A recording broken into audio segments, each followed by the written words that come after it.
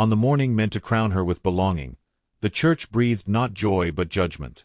Light slid through stained glass like wounded color, trembling upon white lilies already beginning to wilt. Guests filled the pews in careful silence, their faces arranged into polite concern, though their eyes glittered with anticipation. She stood at the altar alone, gloved hands folded, spine straight as doctrine. No bells rang. No footsteps approached. In that suspended moment, her heartbeat sounded louder than prayer, and dignity became the only veil left to shield her from ruin. All eyes waited, hungry for collapse and delight. The groom's name was not spoken aloud when his absence was finally acknowledged. It drifted instead between lips like an indecent secret. A murmur rose, soft yet vicious, spreading through silk sleeves and starched collars. Pity sharpened into pleasure. A matron sighed theatrically. A cousin lowered her gaze too late. She did not ask why she had been abandoned, nor beg mercy from God or man. She lifted her chin, accepting the verdict without appeal, and the congregation felt robbed of the tears they had come to witness. Shame moved like smoke, staining even the purest intentions present there today. When she turned from the altar, fabric whispered like a reprimand. Each step down the aisle felt measured by memory. Childhood prayers, girlish hopes, the promise once pressed into her palm. She walked alone through the parted pews, hearing her own name reshaped by speculation. Outside, the sky had chosen rain, a thin, relentless fall that darkened stone and mood alike. Carriages waited with open mouths. Her family's was conspicuously absent. She paused beneath the church arch, tasting iron on her breath, and stepped into disgrace without flinching. Dignity was her last inheritance, fiercely guarded against the watching world outside. The narrator of society would later claim she wept in the rain, yet no witness could swear to tears. What they saw instead was restraint sharpened to steel. Her carriage door closed upon her solitude, and the wheels rolled, carrying her away from the church and toward obscurity. Streets blurred past like indifferent faces. In drawing rooms already warming with gossip, her story was being revised for amusement. A broken engagement made excellent currency. Meanwhile, she sat rigid on worn velvet, counting breaths, wondering how swiftly love curdled into spectacle. It cost her everything, yet entertained everyone else around her.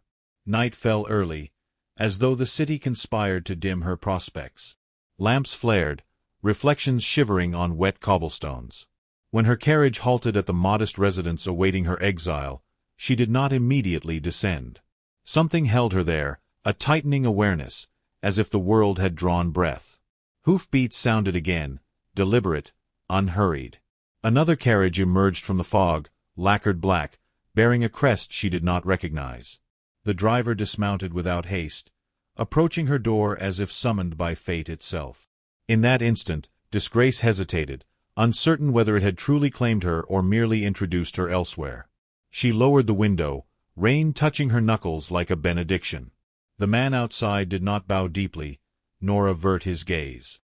His eyes, shadowed beneath his hat, held a gravity that unsettled her more than kindness would have. He spoke her name correctly, without question or apology, and announced simply that his master had sent the carriage. No explanation followed. Somewhere in the distance, a clock struck the hour, solemn as judgment, and she sensed that the life she knew had already begun to loosen its hold. Choice hovered before her, dark and irrevocable like a closing door slowly. She did not ask the destination. Pride forbade curiosity, fear forbade refusal. As the black carriage door opened wider, warmth and shadow spilled outward, promising concealment. She gathered her skirts, hesitating only long enough to remember the altar, the silence, the watching eyes. Then she stepped forward. The door closed with a finality that echoed through her chest. Wheels turned. Rain thickened. Behind her lay disgrace. Ahead, anonymity at best, dominion at worst. Either way, the world she trusted had ended. Yet endings, she would learn, were merely thresholds disguised as mercy offered by fate, seldom gentle, never accidental truly. Within the carriage, lamplight revealed nothing but polished wood and velvet restraint. No emblem declared allegiance. No letter explained intent. The absence itself felt deliberate, an invitation to surrender assumptions. She sat opposite the empty seat, aware of her own breathing, of the faint scent of leather and rain. Somewhere beyond the walls of moving night waited the man who had claimed authority over this moment. Society had discarded her without ceremony. Now another hand, unseen, reached toward her future, neither tender nor cruel, simply inevitable.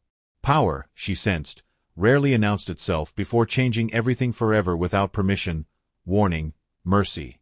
As the carriage turned sharply, her balance shifted, and with it something subtler inside her chest.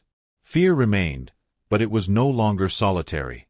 Anger stirred, quiet and righteous. She thought of vows broken without explanation, of love proved conditional, of how easily devotion was withdrawn. If this duke believed her weak, he would learn otherwise. She straightened, smoothing her gloves, reclaiming posture and breath. Whatever awaited her beyond the fog, she would meet it standing. Dignity, once tested, could harden into resolve, and resolve was a formidable companion. Even darkness, she suspected, respected those who endured without spectacle, complaint. The carriage slowed at last, wheels whispering against gravel rather than stone. She felt it before she saw it. Space, silence, authority. A gate opened. The world beyond the window widened into shadowed grounds and distant light. Somewhere within waited the duke whose name was spoken with unease and reverence. He had not come to the church, yet his presence now eclipsed every absence that had humiliated her. As the carriage stopped, her hand hovered over the latch, aware that when she stepped out, fate would at last speak back. And she wondered which of them would kneel first tonight. By morning, the city had accepted her disgrace as entertainment, passing it from cup to cup like sugared poison. In parlors scented with bergamot and judgment, women lowered voices only to sharpen them. Men pretended indifference while memorizing details. She became an anecdote, her virtue weighed and found inconvenient. Yet behind shuttered windows, she rose early, dressed plainly, and refused to hide. Shame pressed upon her like fog, but she walked through it, reminding herself that survival itself was defiance in a world eager to reduce her to a whispered lesson learned, silent, and deliberately endured without apology or retreat. Days passed, yet the scandal ripened rather than faded, fed by speculation and false mercy. Invitations ceased, then resumed, oddly selective, weighted with curiosity. She declined them all. Instead, a box arrived, unmarked, delivered with excessive care. Inside lay gloves of dove-gray kid, exquisite, expensive, unmistakably new. No note accompanied them. The gift unsettled her more than cruelty would have. Someone had observed her fall and chosen response rather than ridicule, discretion rather than delight. Gratitude warred with suspicion, for generosity in her world rarely arrived without intention. Power, she sensed, had reached outward and expected her careful notice soon. Another token followed, quieter yet heavier in consequence. A debt she had not known could be forgiven vanished overnight, settled by an anonymous hand. Her father stared at ledgers in disbelief, pride wounded deeper than relief could soothe. She said nothing, though questions gathered behind her eyes. The Duke's name surfaced now, spoken indirectly, a shadow passing between sentences. Widowed. Aloof. Dangerous. His absence from society had become legend. To be noticed by such a man was not safety. It was exposure of the most perilous kind. Attention from power reshaped destinies without consent and never apologized afterward to anyone. When the invitation arrived, sealed in black wax, even the servants paused. It requested her presence at a charitable recital, nothing improper stated, yet everything implied. Attendance would be public, refusal conspicuous. She considered invisibility her remaining shield, but pride stirred again. If she was to be discussed, she would be seen on her own terms. That evening, she chose restraint over embellishment, dark silk over white. As her carriage approached the lit facade, murmurs rippled outward, anticipation sharpening like drawn breath. She stepped into light prepared for judgment and determined not to bow beneath it despite the watching multitude. He was already there, though she sensed him before sight confirmed it. Not central, not ostentatious, yet gravity bent toward him regardless. The Duke stood apart, dark-haired, immaculately restrained, his expression carved from control. When their gazes met, conversation faltered nearby, as if the room itself listened. He did not smile. He inclined his head, a courtesy measured and unmistakable. In that restrained acknowledgment lay recognition without pity, curiosity without hunger. Society noticed the exchange instantly, and scandal took a new, dangerous shape. From that moment, discretion became impossible. Eyes followed her as though marked by fate's deliberate hand alone. The following days tightened around her like a closing fist. Whispers grew bolder, no longer content with conjecture. Some claimed she hunted advantage, others insisted she was being ruined anew. Through it all, the Duke remained silent, absent yet omnipresent. Then, on a gray afternoon, a letter arrived at last. It contained no sentiment, only a request for a private audience, framed within impeccable propriety. She read it twice, pulse steady, resolve forming. Silence, she realized, was not neglect, it was strategy. Power spoke softly when certain of obedience. She would answer on her own terms whatever the cost demanded. Preparations for the meeting became acts of quiet defiance. She selected simplicity again, rejecting adornment that might imply ambition. Her hands trembled only once, stilled by breath and memory. This was not rescue she sought, but understanding, or perhaps confrontation. The Duke's interest had altered her position without consent, yet also granted visibility she could not ignore. As her carriage rolled toward his estate, fear and curiosity braided together, indistinguishable. Whatever passed between them would echo outward, shaping how society measured them both thereafter. Reputations hardened quickly once touched by power and seldom softened without deliberate sacrifice from either side. At the estate gates, grandeur announced itself without welcome. Stone rose, disciplined and severe, offering no comfort. Servants moved with practiced silence, eyes carefully neutral. She was led through corridors where portraits watched with inherited judgment. Every step reminded her that she stood within a world governed by legacy rather than mercy. Yet beneath the intimidation stirred resolve. If he believed her malleable, he would discover iron beneath silk. She paused before the door to the private chamber, gathering courage like a shield shaped by necessity and pride. This threshold promised no easy absolution. Only truth, spoken or withheld soon. Inside, the room held firelight and restraint in equal measure. The Duke waited near the hearth, his presence calm, deliberate. He did not rise immediately, allowing silence its full weight. When he finally spoke her name, it sounded considered, neither tender nor cruel. In that measured address lay the core of their conflict. Power recognizing dignity, dignity refusing surrender. She met his gaze without flinching, aware that whatever words followed would alter them both irrevocably, for better or ruin, with witnesses beyond the walls. The fire cracked softly, punctuating the moment. History, she sensed, leaned close to listen in silence. He gestured toward a chair at last, an invitation heavy with implication. As she moved, the distance between them felt charged, every breath a negotiation. Outside, the world continued its gossip, unaware that something subtler was unfolding. This was not seduction, nor charity, but assessment between equals bruised by fate. When he spoke again, his voice carried resolve sharpened by restraint, hinting at intentions unspoken.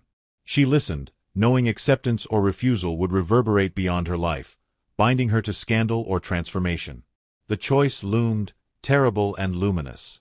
Somewhere between fear and destiny, her future waited for her first word. Silence settled between them like a held breath, not empty but weighted with intention. The fire spoke first, low and steady, casting moving shadows across the Duke's composed features.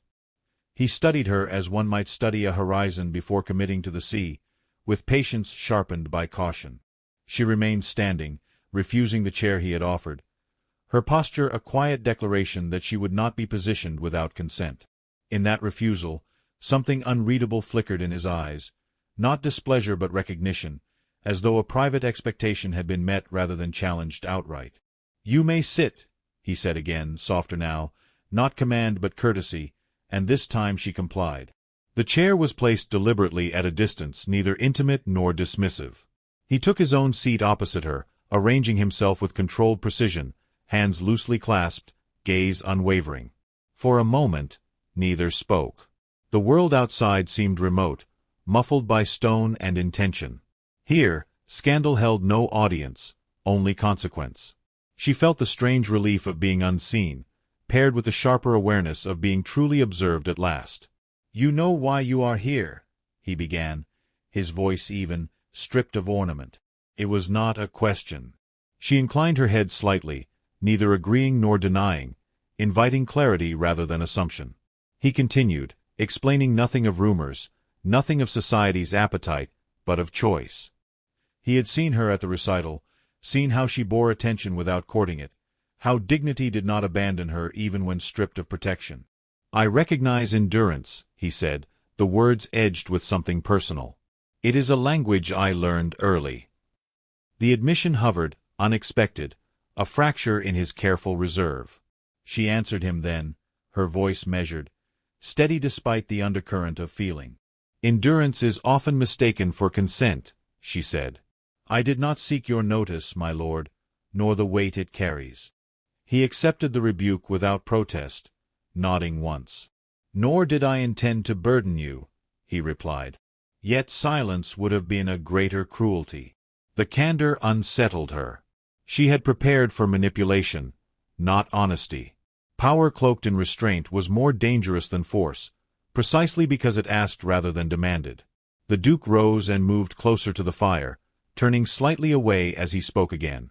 "My wife died 10 years ago," he said, not as confession but fact. "The world expects grief to expire on schedule. Mine did not." He paused, the firelight catching the faint tension in his jaw.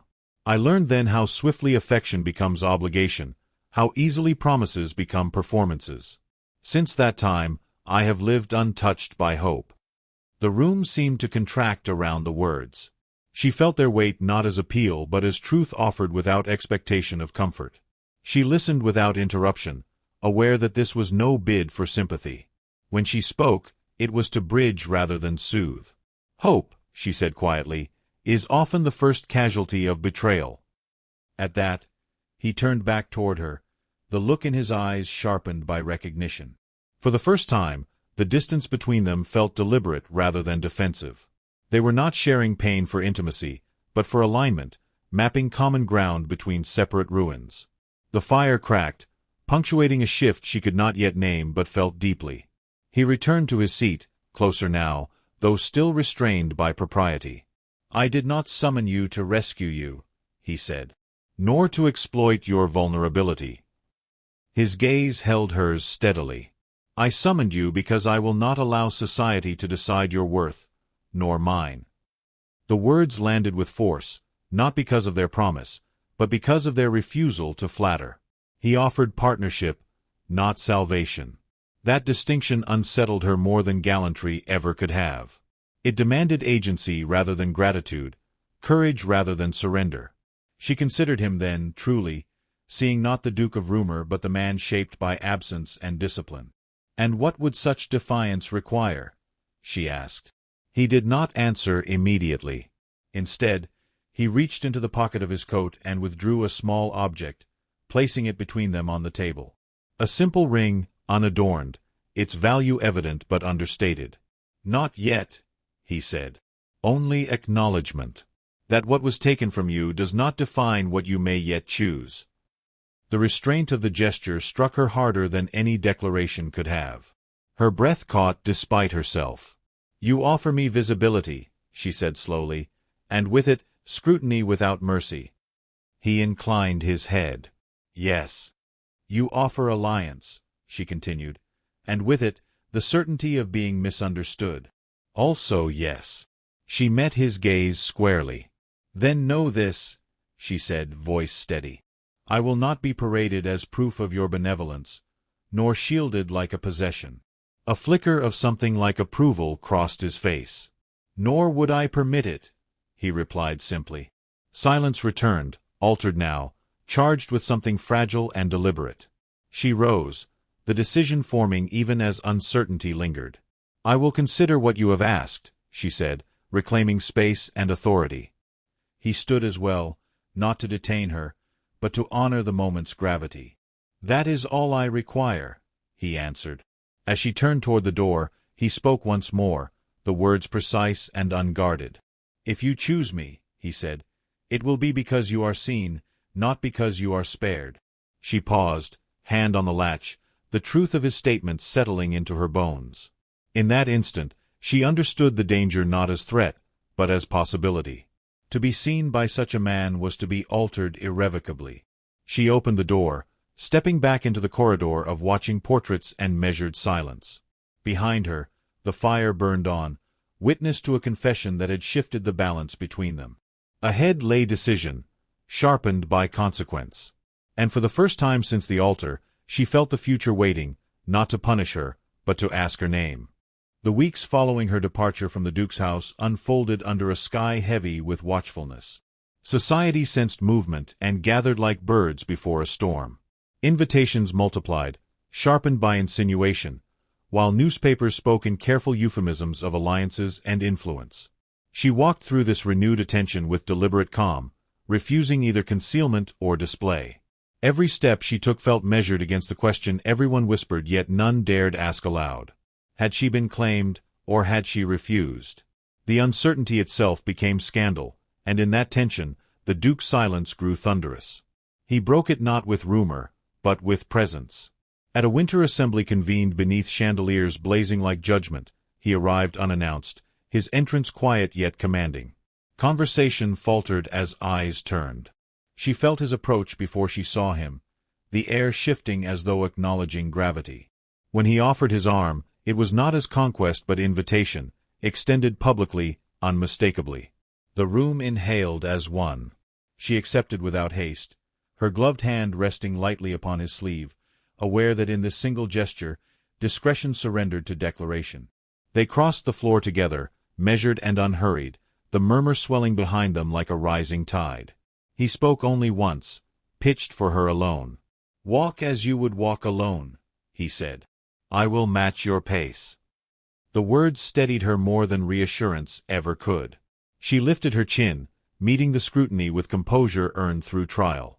Society watched for weakness, for triumph, for proof of dominion. What it found instead unsettled expectation, two figures aligned not by spectacle, but by mutual resolve. Music began, strings trembling beneath anticipation. They did not dance. Instead, he guided her to a seat beside him, conspicuously unremarkable, deliberately chosen. There, before witnesses trained to decipher nuance, he addressed her as equal, consulting her with quiet deference, listening with visible attention. Each courtesy carried weight. Each exchange dismantled assumption. Whispers shifted tone, curiosity tempering cruelty. Power, she realized, could soften scrutiny when exercised without arrogance. Yet she knew this display demanded conclusion. Ambiguity would no longer suffice. Silence now invited interpretation she did not control. As the evening deepened, a hush fell, prompted by nothing spoken yet everything anticipated. The Duke rose, turning slightly so his voice carried without force. "It has been suggested," he said, calm and precise, "that my regard has created confusion." He paused, allowing the words to settle. "I find confusion preferable to false clarity." A ripple of restrained reaction moved through the room. He continued, "I will not permit rumor to define intention, nor society to arbitrate dignity." His gaze found hers, steady, unyielding. "Therefore, I state plainly that my esteem for this lady is deliberate, public, and enduring." Breath seemed scarce in the glittering air. She felt the weight of the moment settle into her bones, heavy yet clarifying. All eyes turned to her, awaiting response. In that suspended silence, she understood the cost of refusal and the greater cost of acceptance. To stand beside him was to invite perpetual scrutiny, to bind her fate to power both protective and perilous. Yet retreat would render his declaration hollow and return her to the margins he had defied. She rose slowly, every movement intentional, her voice carrying without strain. "Esteem," she said, "is not possession, nor is alliance submission." A faint smile touched his mouth, quickly restrained. She continued, "If I am to stand beside you, it will be as myself, unabridged and unhidden." Murmurs stirred, uncertain whether to recoil or admire. The Duke inclined his head. "That is precisely the condition I accept," he replied. The exchange sealed something unspoken yet irrevocable. Applause did not follow. Instead, a charged stillness held, as though the room itself recalibrated its understanding of power and partnership. Resolution did not thunder. It settled, deliberate and profound. Later, away from the assembly's glare, they stood together beneath a colonnade glazed with frost. Lantern light softened stone into amber. "You have altered the field," she said quietly. He regarded her with thoughtful gravity. "Only because you stepped onto it," he answered. She exhaled, the breath of visible cloud. "I will not be shielded from consequence," she said. "Nor will I be spared from choice." He nodded. "Nor would I wish it," he replied. "I offer no sanctuary without agency." From the shadows emerged the first murmurs of adaptation. Invitations recalibrated. Judgments softened.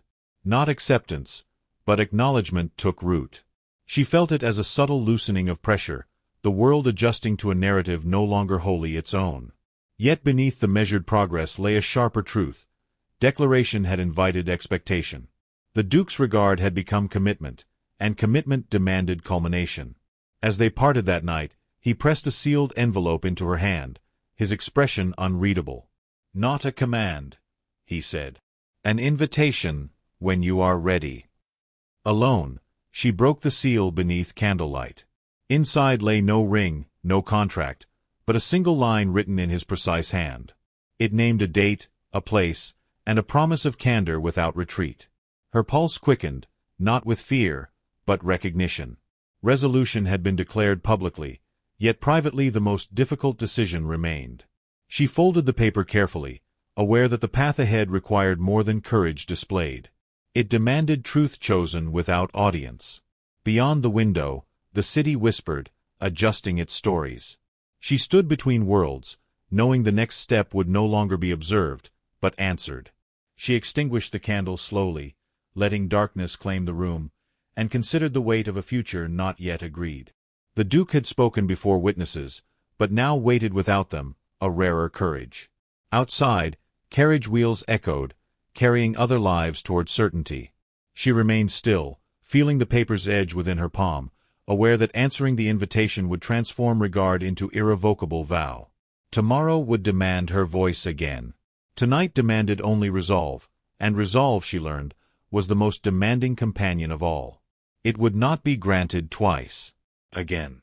The dawn broke pale and uncertain, spilling silver light across the dew-laden gardens of the estate. She walked slowly along the stone paths, each step measured, her reflection trembling in puddles formed overnight. The air was sharp, scented with wintergreen and wet earth, carrying the faint hum of a world resuming after night's contemplation. Here, in the quiet of morning, she finally allowed herself to feel the weight of weeks lived under scrutiny and expectation. The scandal had ebbed, society had observed and whispered, yet none had witnessed what she had endured in silence. The day promised neither triumph nor defeat, only a reckoning of private consequence. He appeared then, rounding the marble fountain with a gait both assured and restrained, his coat brushing frost-kissed stone. She felt his presence before sight confirmed it, as if the very air shifted with recognition. He did not approach with flourish or announcement. No herald trumpeted his arrival. Instead, he moved with the deliberate inevitability of one accustomed to authority and patience alike. Their eyes met, and for the first time in many days, the noise of rumor and expectation fell away. Only two figures remained in the morning's cold clarity, bound by shared history, unspoken understanding, and the fragile hope of reconciliation. "You are early," she said, voice soft but deliberate, eyes fixed upon his. He inclined his head once, a gesture of acknowledgment rather than apology. "I do not arrive for spectacle," he replied, tone calm, measured. "Nor do I seek forgiveness for truths already lived." The words landed with weight, honest in their restraint. She considered him, aware of the subtle shift in power now shared rather than imposed. He had claimed attention and influence, yet never her will. Here, in the quiet morning, authority yielded to partnership. She understood for the first time that their connection could endure precisely because it demanded no performance, only presence. He gestured toward the fountain's edge, where water shimmered silver beneath the faint light. "We have endured rumor, curiosity, expectation," he said, "yet the world remains incapable of measuring what it does not understand." She nodded, feeling the truth of it pierce the calm. Society had witnessed scandal. They had not witnessed courage, choice, or endurance. The past weeks had been a crucible, forging each of them in private, testing resolve against desire and propriety. He offered no comfort in words, only acknowledgment of survival and dignity, as though recognition itself could anchor their fragile alliance. She took a step closer, hesitant, testing the boundaries of proximity that neither demanded surrender nor invitation. "And yet," she said, voice carrying both defiance and wonder, "here we stand, still observed, still defined by those who cannot see us fully." He studied her face, expression softened by reflection and faint admiration. "Then let us define ourselves," he answered, "in ways that neither apology nor scandal can dictate. Let truth guide our presence, and courage guard our choice." The resonance of his words settled around her like sunlight over frost, warming without melting the clarity of their situation. The garden itself seemed to hold its breath as they moved together along the cobblestone walk. He spoke again, quietly, almost to himself, almost to her. "It has been 10 years since I believed in alignment of heart and circumstance. Perhaps I was mistaken, yet here, with you, I feel the weight of possibility unburdened by fear." She heard not the declaration of conquest, but of vulnerability, a rare offering from a man accustomed to control. Her hand brushed against the gloved edge of his sleeve, deliberate but unclaimed, and the contact spoke volumes of mutual acknowledgment. In this unassuming gesture, trust formed silently, stronger than any public pronouncement could achieve. They stopped beneath an ancient oak, branches stretching outward as though offering shelter from the world. He removed his gloves slowly, deliberately, and reached for her hand. She did not withdraw. Instead, she allowed the warmth of his touch to settle over her, a reassurance, not a claim. "I offer no promises beyond what can be spoken and honored," he said. "I offer patience, attention, and the understanding that dignity must be preserved before desire may follow." She pressed her fingers lightly to his, recognizing in that touch the culmination of tension long restrained, the acknowledgment of survival, endurance, and quiet triumph. It was a promise, precise and unembellished, that carried more weight than ceremony. A distant carriage announced the world beyond their secluded moment, yet neither moved. They existed in a sphere defined by choice rather than observation. "I feared," she admitted softly, "that to step forward would mean surrender, yet I feel only agency in your presence." His eyes, dark and shadowed, revealed a depth rarely shared. "Agency," he said, "is the only gift worth claiming. Everything else is inherited or imposed." She exhaled, a sound mingled with relief, acknowledgment, and lingering caution. The garden held them in its frost-lit stillness, a sanctuary neither ephemeral nor eternal, yet profound in its intimacy. He reached into his coat once more, producing a small, simple box. Not ornate, not gilded, but deliberate. She understood before it opened. Inside lay a ring, unassuming, yet crafted with precision and care. His gaze never faltered. "This is not a token of possession," he said, voice steady. "It is an acknowledgment of choice, offered not for spectacle, but for the future we may decide together." Her hands trembled slightly, not from fear, but from the gravity of acceptance. The moment was neither rushed nor expected to resolve fully. It was a threshold, an opening of possibility that demanded attention, thought, and courage. With measured care, she lifted the ring, turning it over in her fingers as though weighing consequence against desire. He spoke once more, gently, but with certainty. "To wear it is to claim your voice alongside mine. To decline is to preserve autonomy at cost of shared path.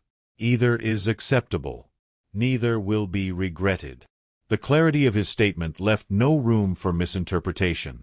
She met his gaze, noting the depth of restraint and expectation interwoven, and for the first time, she understood that love, tempered by experience, required courage and deliberation above passion or impulse. She smiled faintly, a gesture of resolve more than relief, and slid the ring onto her finger. A sense of alignment, delicate and enduring, settled over them. Society's gaze, the remnants of scandal, the judgment of indifferent observers. All of it receded, irrelevant before the clarity of choice and acknowledgement. The Duke bowed his head slightly, an almost imperceptible gesture of respect and partnership rather than command. She felt the echo of every trial, every whispered insult, every careful step of endurance culminate in this silent accord. Legacy, she realized, was not inherited. It was forged, quietly and deliberately, between two lives measured against one another. The garden remained still, morning stretched into early afternoon, yet time felt suspended. A bird alighted upon a branch nearby, chirping once, as if blessing their moment with the ordinary certainty of life continuing beyond consequence. She looked at him, seeing not the Duke of Rumor but the man of deliberate honesty, tempered desire, and restrained power.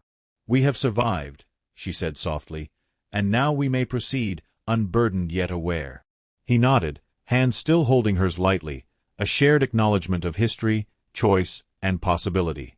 The frost glimmered in the corners of the garden, sunlight breaking through in delicate slivers, and the world, though still waiting, had shifted irrevocably in their favor. The carriage wheels in the distance sounded again, signaling return to the routines and observation of society. Yet they remained rooted in their private sphere, understanding that love, forged in scandal and tempered by endurance, would not bend beneath mere scrutiny. The Duke's voice, low, precise, offered only one final thought before they moved toward the estate, hand in hand. "We are not defined by their judgment," he said, "but by what we endure together and the choices we honor beyond it." She exhaled slowly, recognizing the truth of it. In this acknowledgment, they were both healed, both ready to meet the world anew.